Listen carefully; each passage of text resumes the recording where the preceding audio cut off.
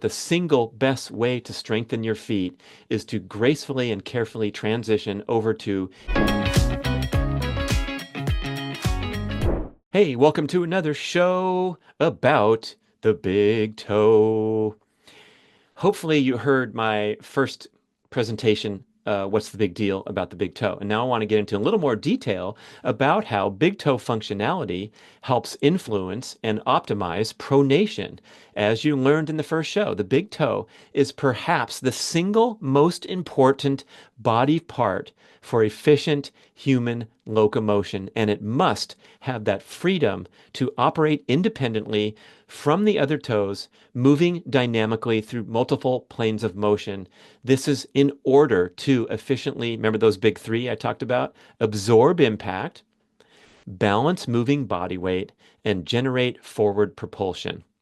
If you wedge the big toes against the others, it nullifies its important role.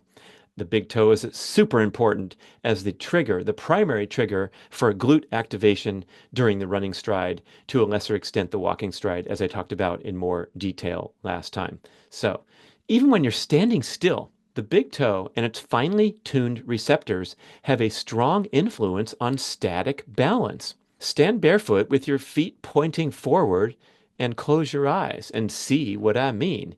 Pay attention to the incredible sensitivity and nuanced movements of the big toe, as well as the other toes and the arch that will help keep you balanced. When you close your eyes, that's when you really need to work at it and get more sensitive and have a better impact on a better impression of how important the foot is, even for just standing posture, let alone complex kinetic chain activity. Now, here's a little known issue about how big toe functionality influences pronation in particular. Pronation is the natural inward and downward rotation of the foot and the flattening of the arch during the walking or running stride. You may have heard that term because it's often referred to in a negative context. Pronation is often blamed as the leading cause of overuse injury, like it's something you don't want to do. And we have pronation control shoes, and we have perhaps articles and people talking about, oh, you're a pronator. It's like, guess what? Every human is a pronator. Every Homo sapiens ever lived on planet Earth. And it's an actually, the act of pronation is an extremely necessary, important, and efficient way to absorb impact and generate energy. Now, the reason that pronation is often referred to as in a negative context is when you have weak, poorly adapted feet. Raise your hand because almost every modern citizen falls into that category. The act of pronation will irritate and overstress your very fragile and vulnerable arch and or your fragile, shortened, stiff Achilles tendon just in the course of normal pronation. That's why, as a novice runner, for example, and you're trying to up your mileage from 10 miles a week to 20 miles or 20 to 40, you're going to get injured, almost certainly so, because your starting point is weak, fragile, vulnerable, and atrophied, caused by a lifetime of wearing shoes, for example, with arch supports or with an elevated heel. Because when you walk around for years and decades in an elevated heel, you cause a shortening and weakening of the Achilles tendon. The Achilles is designed to hit bottom, to hit the ground on every stride and fully lengthen and then coil to supply that rotational kinetic energy. And the arch, of course, is designed to flatten and tighten.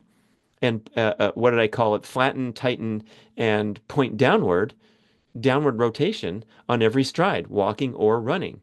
But if your arch is weak or you've been forcing it to disengage because you're wearing a giant arch support in your shoe, oh boy, that's when the simple act of walking and running can result in overuse injury. And the more we go down that line of foot care and protection, for example, getting an expensive custom-made orthotic and sticking that orthotic into our shoe, the more chance we have for further weakening, atrophy, and reliance on gadgets, which actually don't work. That is the big shocker.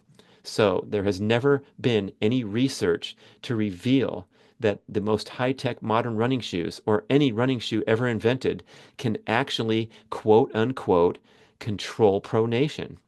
Even the most rigid and supportive shoes don't really control pronation. The foot finds a way to pronate inside those fancy shoes. Furthermore, pronation, often blamed as the driving cause of injury, and as I described it there, you're irritating the weak arch and Achilles tendon. But I want to be clear that there has never been any research showing that pronation itself is a driving cause of injury. There is a bit of research suggesting or proposing that those who pronate in an exaggerated manner are actually less likely to get injured. Even what is widely considered as overpronation or extreme overpronation is natural and functional. And I want you to pause the recording right now and go and Google images of two of the greatest runners of all time, Eliud Kipchoge, the great marathon runner from Kenya, and Joshua Cheptegei, the great middle distance runner, middle to long distance runner from Uganda, who has the world records, who shattered the world records at 5,000 and 10,000 meters, the two most hotly contested long distance running events on the track. You can Google their names and then after that put extreme pronation. You might come right up to some of these pictures that they have of these guys running where their foot is bending so far in toward the ground that the shoe sole appears to be sideways at impact, and the foot certainly is. So they're pronating beyond the surface of their shoe. If I can describe that, you can go look at it and see what I mean. So this term, this widely bantered about term in the running community of overpronation is essentially a made up word that makes no sense, is a complete farce, and is just fodder for the marketing machine to try to sell you more shoe inserts, custom orthotics, or more shoes, more rigidly built shoes to desperate runners who have been brainwashed to believe that overpronation is causing injuries. What's causing injury is a weak, atrophied, and dysfunctional foot that can't perform the simple and necessary act of pronation efficiently. Do you get the distinction now? I hope so. So the real question to explore is instead of how can we get out of this horrible overpronation, how can we get better at pronation? This is literally the question that we must ask, the recalibration here. How do I get better at pronation? It starts with improving big toe functionality because the big toe plays an incredibly important role in controlling and optimizing pronation, as I said to start the show. Lee Saxby, a leading biomechanist, says the big toe, quote, provides 85% of the stability in your foot. They conducted an international study of 500,000 endurance runners, and it was revealed that nearly two-thirds of them had a dysfunctional big toe. This is known as runner's hallux. That's a misshaping of the toe where the bone protrudes out of the side of the foot instead of pointing forward. Look down. Let me know if you're one of those two-thirds of the people. Hold on, I'm going to do it again right now and confirm. Yes, I have a pretty minor case, but I definitely have a bone protruding out of the side line, the nice, graceful, beautiful, straight side line of my foot. How about you? Most people I look at definitely have the bone sticking out sideways, known as runner's hallux. Researchers asserted that when the big toe is unstable during the propulsive phase of the running stride, runners exhibit, quote, alternative movement patterns such as overpronation or supination. 60% of runners are considered either overpronators or supinators. Supinators would be the opposite of pronation. Supination is where you're kind of folding the shoe in an extreme manner in the opposite to the outside rather than to the inside and downward like pronation. So when these runners are tagged with this label, it means they're either collapsing through the big toe because the big toe is weak and unstable, or they're avoiding, this is in the case of supination, they're avoiding loading the big toe because the big toe is weak and unstable. Okay, it makes sense. You're either avoiding the correct process of pronation as a quote supinator, or you're an overpronator. Those are both a bummer because we want to meet in the middle, literally, where we have correct and perhaps more aggressive pronation than you think is appropriate after looking at Kipchoge and Cheptegei. Let me know what you think there. But we want to be a nice, aggressive pronator. I also enjoy looking at video or still photography of the great Olympic sprinters because a lot of times they engage in extreme pronation as a manner of force production, especially as they're coming out of the blocks, taking those first few strides. So their feet are pointed outward, like at a duck-footed angle, to allow for even more.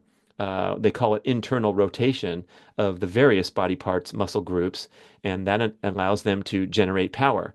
As opposed, if you're losing what I'm talking about here, imagine a sprinter coming out of the blocks and being ramrod straight with their pelvis, their knees, their hips, their feet, their arms, their shoulders, and like kind of marching down the track.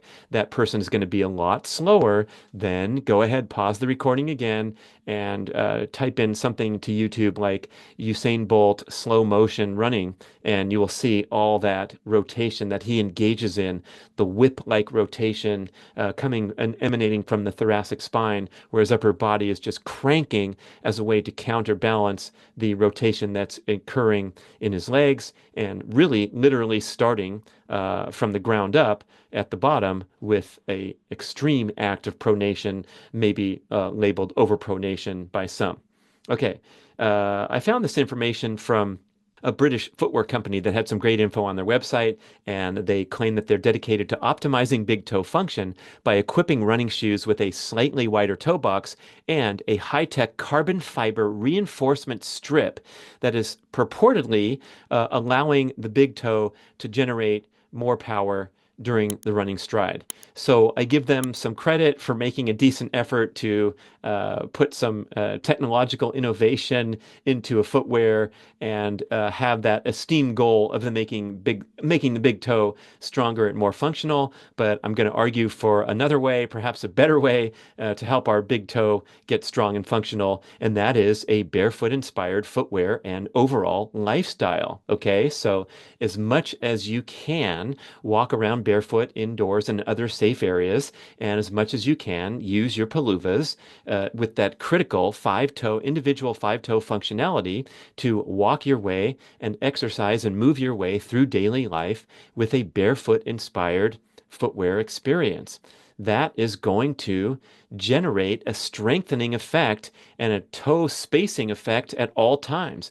Oh, it's fantastic to look on Instagram and look at the great experts and get their foot exercises and their contraptions, the wobbling board and the balance board. And I do have some of that stuff right here in my office, and I like to have fun working on my foot functionality with those devices. But the single best way to strengthen your feet is to gracefully and carefully transition over to a more barefoot and minimalist shoe lifestyle. We have a free ebook that you can download at peluva.com. It's 88 pages packed with information about how to make this transition safely, learning more about how shoes are so damaging and dysfunctional. So just go to peluva.com. You should see the pop-up menu and you can download the free ebook. Oh boy, you'll get a free print book when you order your first pair of shoes, a nice little booklet to learn from. So I appreciate that, and using my 15% discount at peluva.com. Brad Podcast. You're on your way. Take baby steps every single day. Get more barefoot functional. Get that big toe working and getting stronger and realizing how important it is. Thank you so much for listening, watching. Love to know your feedback or comments, questions. You know the drill. Podcast at bradventures.com. Da, da, da, da.